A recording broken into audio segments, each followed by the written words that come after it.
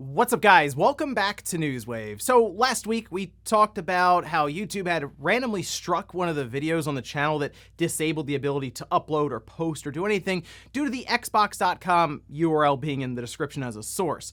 That strike was removed. However, yesterday, the same video for the same URL got struck once again. The reason I'm telling you this is because I'm currently waiting for the appeal to go through so they can remove the same strike again. So just in case this video has to go up later in the day or something and miss the 8 a.m. time slot, that's why.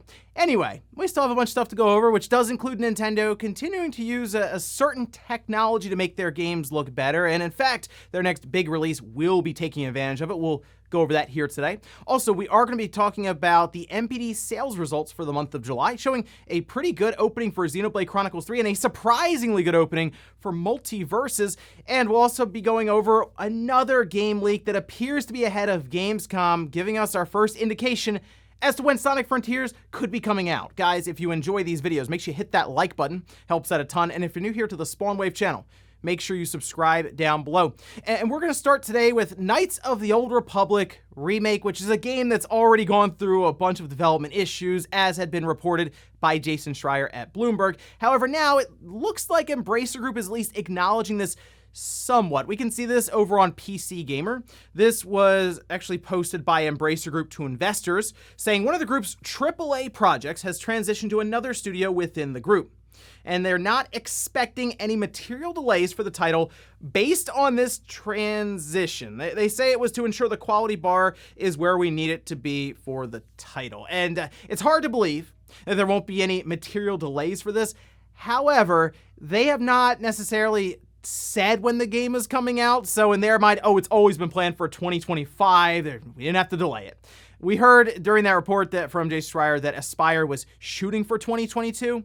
Well, it's almost September, so seems like they'd be running out of time for a big AAA Knights of the Old Republic remake release. So we'll keep an eye on this one. I have a feeling they are moving it to Saber Interactive, considering they came in a month before that vertical slice demo was shown off to the parent companies with Disney and Lucasfilm and Embracer Group. And then like the next day, leads on the project started getting fired. So we'll probably hear more about this a couple of years from now. I don't think this is anywhere near ready to show again. Also, we had a strange situation pop up yesterday involving Rockstar and one of the original creators of Grand Theft Auto. Take a look at this. This posted up by VGC says Rockstar Games has allegedly issued copyright strikes against two videos by original Grand Theft Auto developer Mike Daly, in which he showed old development materials. And so there were a few people who had posted up some of the videos that were made and actually put on the YouTube channel. And it was kind of interesting. It showed like some early wireframe images of like the cities rotating around,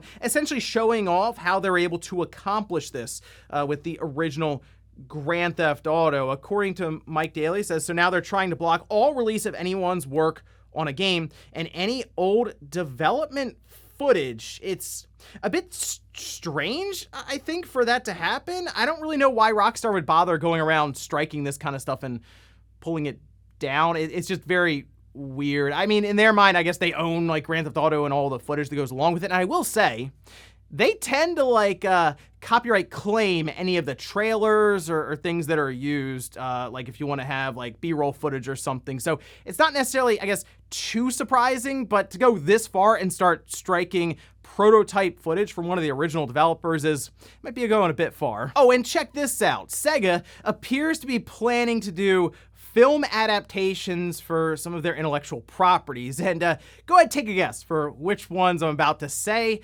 Most likely, you didn't expect to hear Comic Zone or Space Channel 5, but we can see this tweet. They say Sega is partnering with Picture Start to produce film adaptations of Space Channel 5 and Comic Zones. Which parts of these Sega gems are you most excited to see played out on the big screen? I will admit, Comic Zone, that one could be interesting depending on how they go about. I'm just trying to like picture how they would do an entire like story arc and stuff with that, or even Space Channel 5. It's good that Sega is at least exploring more and more things outside of just games, like more media like this, after what happened with the Sonic movie, which is a runaway success for them. Sure, I'm curious what they'll do with something like Comic Zone, but Space Channel 5, I definitely didn't see that one coming. And guys, with some of the quick news out of the way, let's get into the bigger stuff. Let's start right away with Splatoon 3 and how it looks like Nintendo is going to continue using FSR or Super Resolution from AMD. I say continue because they also used it with Switch Sports to make the overall image look better and maintain that certain frame rate that they were shooting for. But we can see this posted up by Oatmeal Dome, who says Splatoon 3 appears to be using AMD Fidelity FX Super Resolution 1.0. Note that this is not 2.0, which uses temporal upscaling using data from prior frames. 1.0 uses spatial upscaling based only on data from the current frame. And it looks like they're quote tweeting someone who spotted this actually on like the eShop page for Splatoon 3. And this is something that people are going to continue to look for since they have to credit AMD and Fidelity FX Super Resolution in the description for their software. And people were asking things like, oh, is Xenoblade 3, Chronicles 3 using one of these like Super Resolution versions? It doesn't appears like that's just something in-house that they were working on for upscaling techniques. And really one of the reasons people are so excited now more than ever for Breath of the Wild 2 after seeing what Monolith Soft was able to accomplish in Xenoblade Chronicles 3. It seems like they'd be pushing that even to the next level for Breath of the Wild 2. But we'll see what happens when they're ready to show Breath of the Wild 2 once again. However, Splatoon 3, that's coming up pretty soon. In fact, we'll get a chance to play the game like this weekend, right? So that's exciting to see that like native on your TV, your monitor in handheld mode, and get an idea as to how they were able to apply something like Super Resolution from AMD to the game. Switch Sports did look sharper, I would say, although I do feel like they are leveraging this upscaling technique and even in-house ones more or less to work with the frame rate, because they can aggressively drop the resolution if needed to maintain a frame rate. But if it's really aggressive, you're gonna notice it. It'll look kind of blurry at times, especially when you're swinging the camera around or doing things that would like crash the frame rate. Then it starts to look kind of Vaseline effect right on the screen. And if you think of something like Splatoon 3 that obviously is a competitive third-person shooter, you can't have a frame rate that's dropping or dipping all over the place. That'll just ruin the experience completely. I will say though, Splatoon 3 and some of the trailers and footage they've shown, especially recently, does look quite a bit better than Splatoon 2. I know people are looking at it saying it's just more Splatoon 2. And I mean, yeah, it's still a third-person competitive online shooter, but I will say visually, it looks noticeably more improved, and this could be one of those reasons. But still, looking through a stream that can end up being crushed and compressed and it not looking the best on like a YouTube browser, it's going to be, I think, something to take a better look at when we have it in front of us with this Splatfest that's coming up here soon. But it also makes people wonder about the future for Nintendo and if they will continue to leverage something like Fidelity FX Super Resolution and maybe try to prolong this generation even further. That's still kind of the side I'm on, them playing around with different upscaling techniques to see how they can get more mileage out of the current Switch. And based on what a lot of people think now, and they really like the concept, I don't think that's a bad thing at all, especially if they do have plans to do some sort of refresh for the system that can give people who want that 4K experience that system. But to me, as long as the games play across the board and you can use things like upscaling, I think it's a great idea to continue pushing this generation a bit longer than people were originally thinking. Next up, let's talk about the NPD sales results for the month of July.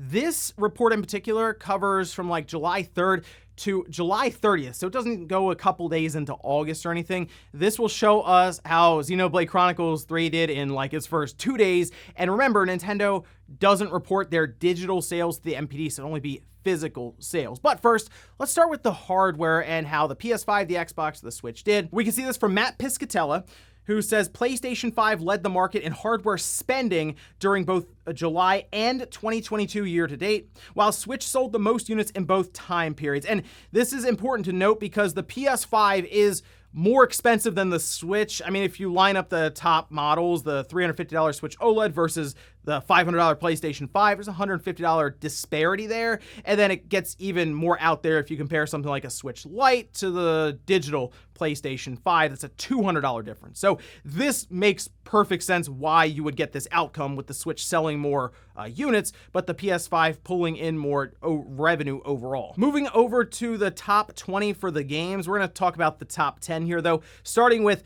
Multiverses. This one surprised a lot of people to see as the top spot, and I kind of understand why. It's a free-to-play game, right? Like, people were probably thinking, well, hold on, I just downloaded that for free. How did it generate so much revenue to top the sales charts and actually dethrone Elden Ring, which is an accomplishment on its own right now in the NPD sales? Well, Multiverses did have like a founder's pack. I believe it was selling for like $40, and you could, I guess, just go, I believe you could buy it in retail stores. Otherwise, you could buy it online and they would be tracking the digital sales here. But I gotta say, that's still pretty impressive. Multiverses doing really well here. Getting started in the month of July. Elden Ring, of course, number 2. Then we have Lego Star Wars The Skywalker Saga. Then Xenoblade Chronicles 3. These would just be physical copies. Remember, Nintendo does not share digital sales with the NPD group.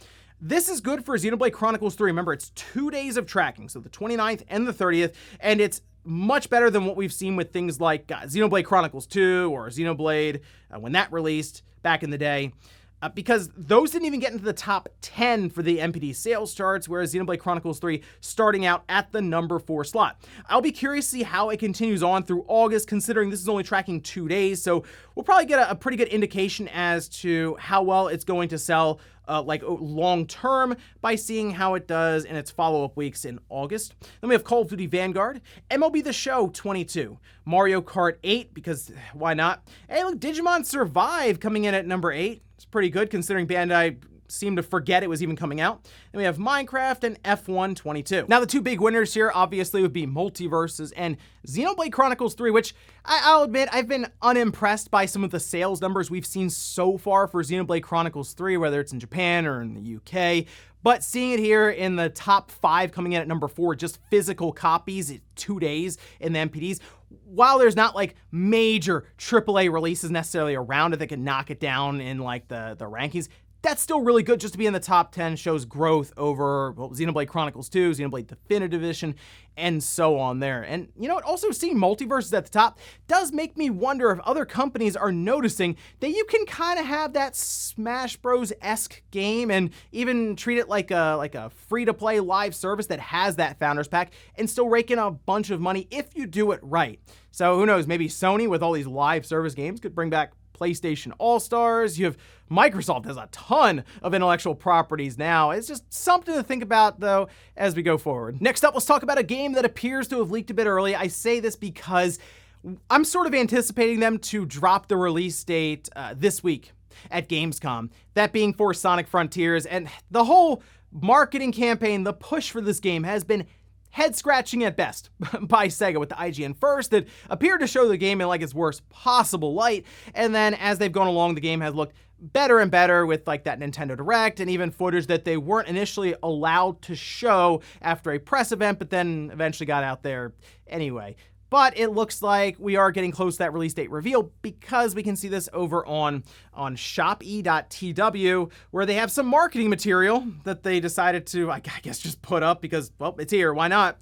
And we can see it has a release date next to it of November 15th, 2022. Now, if they do reveal this week, they'll be just under 3 months away from this game dropping. And the reason I kind of believe this is because you can see all the extra stuff they're attempting to sell with Sonic Frontiers. Seems like something a company like Sega would try to do. And they also mention DLC here before the game comes out, which is more and more of a trend now in gaming. There have also been mentions on Twitter that there's a trailer for the game that is being played before the Sonic 2 movie being shown in Japan, and that being for the game. So kind of working to hype things up. And I mean, it looks like this game is really going to come out this year. I really thought this would be the title that would get delayed out of all these games we've been hearing getting delayed. Like, I thought it was going to be Sonic Frontiers. The backlash from when they initially showed it, all the feedback from fans online. It seems like Sega is pushing this thing out there. The big twist of all of this is if Sonic Frontiers comes out, and it's incredible. Like, it would still kind of fall, I think it would fall into the Game of the Year cutoff potential for Game Awards. That would be the biggest twist from when we first saw it and people were really down on it, like, oh, what is this? And then it comes out and it just shows up with a 92 on Metacritic and it's the best Sonic game ever. We'll see about that one, but I do have a feeling we're going to be hearing about this November 15th release date in the next couple of days at Gamescom. It's confirmed to be there, and at this point, the only thing left to show now is the release date. And in our last bit of news, let's talk about that Sega Genesis Mini 2, because we have the entire list of games that will be included with it now revealed by Sega. They put out an entire video, like 6 or 7 minutes, just going through the entire list and revealing it, and there was some disappointment for the Western release because, yeah, the Japanese release looks way better in terms of the games that are built in, especially on that Sega CD side. Let's first take a look at the Sega CD collection for Japan. We can see this here. This was posted up over on VGC. Went through, transcribed all of them so we could look at it pretty easily here. We have Captain Tsubasa, Echo the Dolphin CD, Final Fight, Lunar, The Eternal Blue, Lunar the Silver Star. We have Silky Lip, Mansion of Hidden Souls, Night Striker, Night Trap, The Ninja Warriors, Popful Mail, Robo Listi, Romance of the Three Kingdoms 3, Shin Megami Tensei, Shining Force CD, Stillfeed, Sonic CD, Starblade, Tenka Fubu, and Wonder Mega Collection. Now, if you take a look at like the Mega Drive Collection, I think they're fine on either one. Like, that wasn't the side that I was really concerned about for the Western release. It was the Sega CD side, and it leaves quite a bit to be desired. For example, Echo the Dolphin, Echo the Tides of Time, Final Fight, Mansion of Hidden Souls, Night Striker, Night Trap, The Ninja Warriors, Robo Listi, Sewer Shark, Shining Force CD, Sylpheed, Sonic CD, and you will notice we're missing like the Lunars, and that was a big one. That's the one I keep seeing brought up online as like, they didn't have Lunar. They don't have like Shin Megami Tensei. It is certainly a cut down selection of titles for the Sega CD, and that is a real shame. I think on the opposite side, though, just Genesis and Mega Drive, I feel like the collection's pretty good. And the fact that it's not going to be like $100, $150 or something. It is hard necessarily to look at it and say there's no value there. I just wish Sega was able to push it a bit further for the Western market. But hey, if you're on board with the Japanese release for the system, I think there's a ton of value there with like the Lunar games, Shin Megami Tensei, Shining Force, and so on. I still think I'm going to work to get one of these. It's coming out towards the end of October when there's going to be actually games releasing all over the place. But I am curious to see what improvements Sega's been able to make when it comes to the UI and even some of the hardware inside, so we'll see how that goes. And before we go to the comment of the day, we're taking a look at the poll that I posted up yesterday, where I ask, are you picking up Saints Row?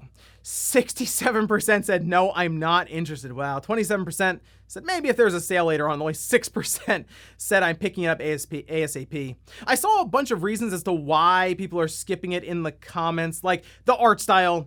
I get that, because when I saw the art style and I still look at it now, kind of a turn off. It's like, I don't know about this one. But the gameplay, from what I've seen so far, looks fun. However, one of the other reasons I saw in the comments was the open world fatigue that I feel like has been setting in for years now. Like, if a game's not doing anything that big and interesting and new with an open world, I understand why someone might be like, well, all right, it's gonna be kind of a similar experience that I've already done. And an open world game can become fatiguing as you get 20 or 30 hours in. But I'm at least curious about Saints Row, and I'll pick it up, and I'm sure we'll talk about it on the podcast. And we'll finish up with the comment of the day, as you're seeing here. This is from J-Rock saying, I feel Nintendo will be the most aggressive when it comes to releasing hardware. Every retail I visit has new OLED and Redbox Switches in stock. Heck, last week I saw an Animal Crossing Switch at a Target. I will say, the Walmart near me, they just seem to always have Switch systems of some kind. And like the Switch Lite, that's just always there. But like the other day, I saw the Mario Kart 8 Deluxe Bundle, the one that is always available on Black Friday. Nintendo's been running the same deal for years and years now. That was just randomly there. There's a stack of OLED Switch systems, and I kind of think there was a restock pretty recently, because I'm hearing more and more of that online over the last week or so. It's really going to come down to when we get into like the heart of the holiday season, like end of November, beginning of December. are Switch systems on store shelves for people to buy? That'll be the real test for Nintendo then. And ladies and gentlemen, that's going to do it here for Newswave. If you enjoyed this video, guys, hit that like button. If not, hit the dislike. Leave comments down below about everything we talked about here today. Whereas Nintendo continuing to use AMD Super Resolution for first-party titles. Do you think they'll continue this trend going forward in order to make this Switch generation last longer? And then also, what about multiverses topping the NPD sales charts, or Xenoblade Chronicles 3 there at number 4? And, of course, Sonic Frontiers. Do you think it's really coming out midway through November? Thanks, guys, for watching, and I'll see you next time.